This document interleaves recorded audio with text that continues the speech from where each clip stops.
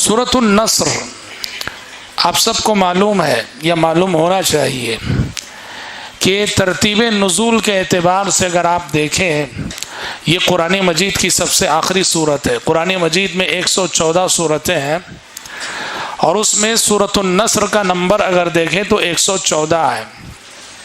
تو نزول کے اعتبار سے سب سے آخری صورت ہے سورۃ النصر۔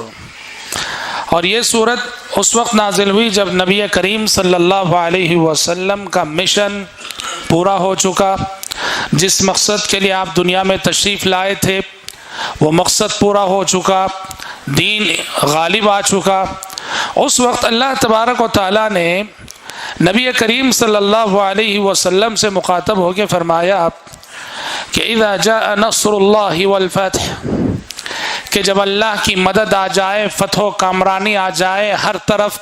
طرف سے چار جانب سے کامیابی کی مسرتیں اور خوشخبریاں ملنے لگیں،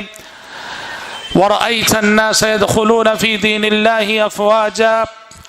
اور اس کامیابی کے نتیجے میں آپ لوگوں کو دیکھیں کہ فوج در فوج اسلام میں داخل ہو رہے ہیں، تو کہا کہ اے پیغمبر، اظہار دین کی اس نعمت کی شکر گزاری میں، غلبہ توحید کی اس نعمت کی شکر گزاری میں، غلبہ دین کی نعمت کی شکر گزاری میں آپ کو دو کام کرنے ہیں۔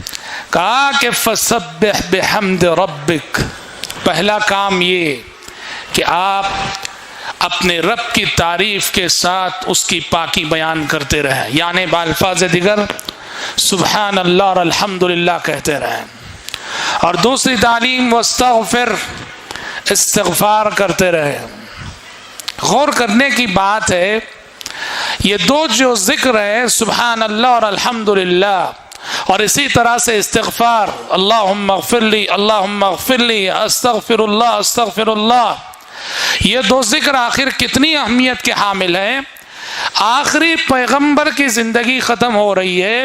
وہ پاکیزہ زندگی، وہ مثالی زندگی جس کا لمحہ لمحہ اللہ کے دین کی تبلیغ اور نشر و اشاعت میں گزرا ہے، ایسی پاکیزہ زندگی کا خاتمہ اللہ فرما رہا ہے کہ پیغمبر آپ کی زندگی کو ختم ہونا ہے تسبیح، حمد باری تعالی